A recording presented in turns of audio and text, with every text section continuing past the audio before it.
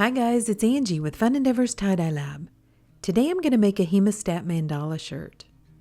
The shirt was prepped like normal and I have it turned inside out.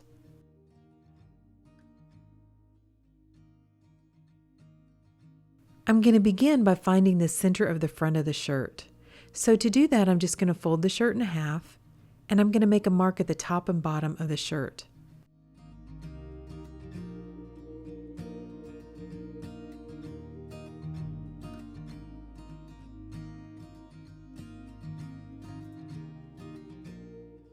Then I'm going to grab each of those marks and isolate the front of the shirt.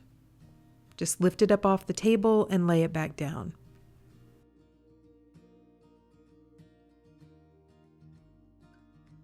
If you'll notice, the back of the shirt has kind of gone back behind the sleeves.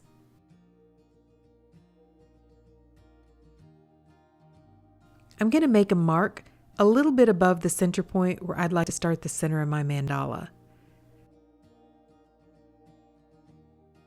Now I'm going to fold the top of the shirt down to that center point and fold the bottom of the shirt up to that center point, kind of like I was making a paper airplane.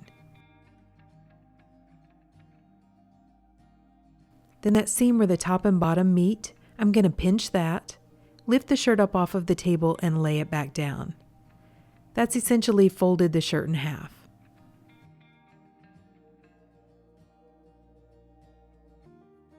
So the part of the shirt that's facing the left only has 2 folds on it. I'm going to grab one of those folds and fold it down. Then turn the shirt over and do the same thing on the other side. So right now the side that's facing me has all the folds on it, and the other side just has 2 folds.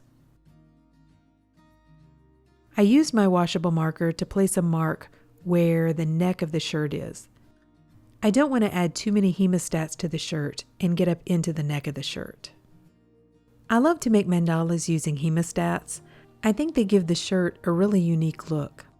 But I saw somebody on Facebook in one of the Facebook tie-dye groups named Patricia Otten that was using hemostats to make kind of snowflake type designs. And I thought they looked really cool. So this shirt is inspired by her work. You ought to go check her out if you're part of any of those groups. I think the group is The Process of Ice Dyeing, but she has beautiful work. This one's not exactly like hers, but it is inspired by hers. Most of my hemostats I've coated with heat shrink tubing. The heat shrink tubing helps protect the teeth of the hemostats from damaging the fabric. I usually just purchase the tubing at Home Depot in the electrical department. Then I use my heat gun to shrink the tubing down to fit the hemostats. Most of the hemostats I'm going to use for this design are about 8.5-inch hemostats. I'm starting out with a couple of straight hemostats and placing them in a V design down kind of toward the end of the shirt.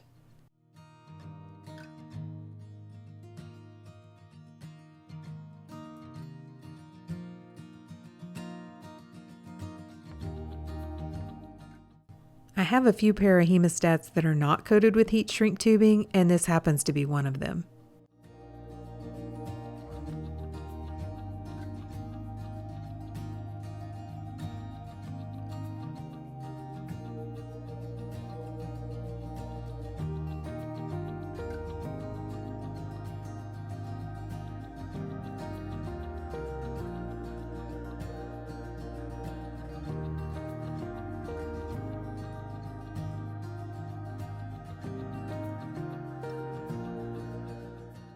Now I'm going to use some curved hemostats and I'm going to point the curve inward.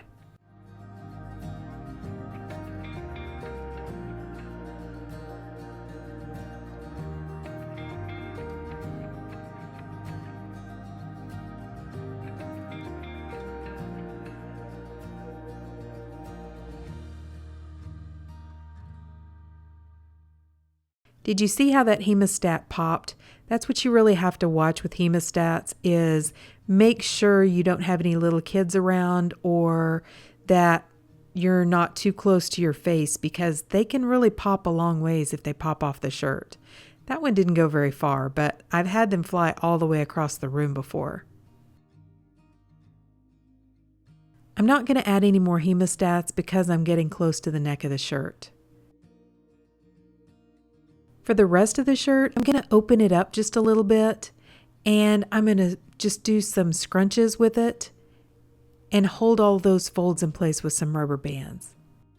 Then I'm going to place the shirt on my rack and just leave it alone for a couple of days and let it dry out in the middle. I think I'll get better color saturation in the middle of this shirt if it's completely dry when I start applying the dye.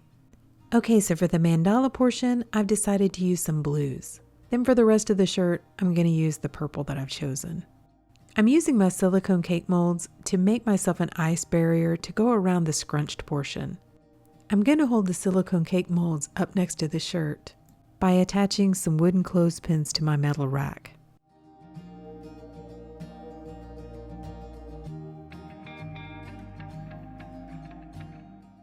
I'm applying ice blue from Dharma Trading Company in between the sets of hemostats.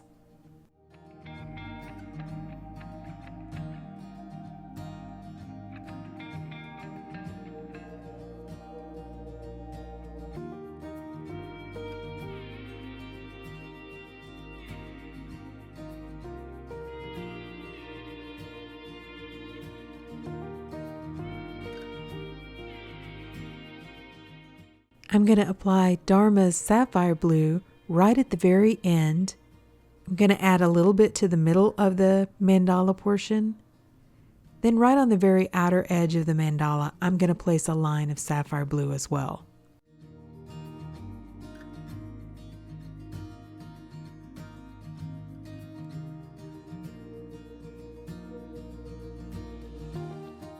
I'm using Dharma's Strong Navy to fill in the 2 spaces that are remaining on the mandala portion.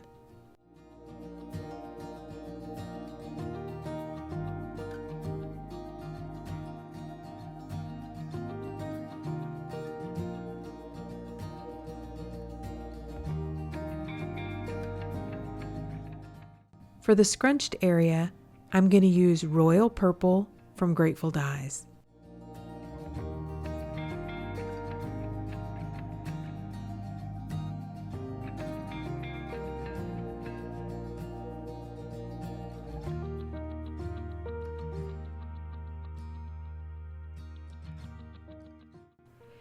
Now I'm sprinkling a little bit of additional soda ash over the top of the dye and going to place the ice on top.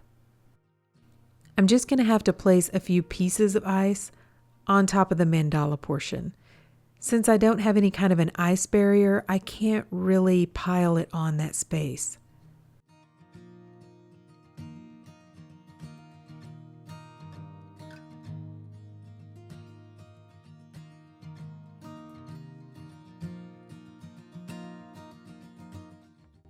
Now I'm going to set the shirt aside and allow the ice to melt. There was quite a bit of dye left on top of especially the mandala portion of the shirt once this ice melted, so I added a second layer of ice and I allowed it to melt. After the second layer of ice melted, the dye had gone through to the back side really well, so I just allowed the shirt to continue to process for at least 24 more hours.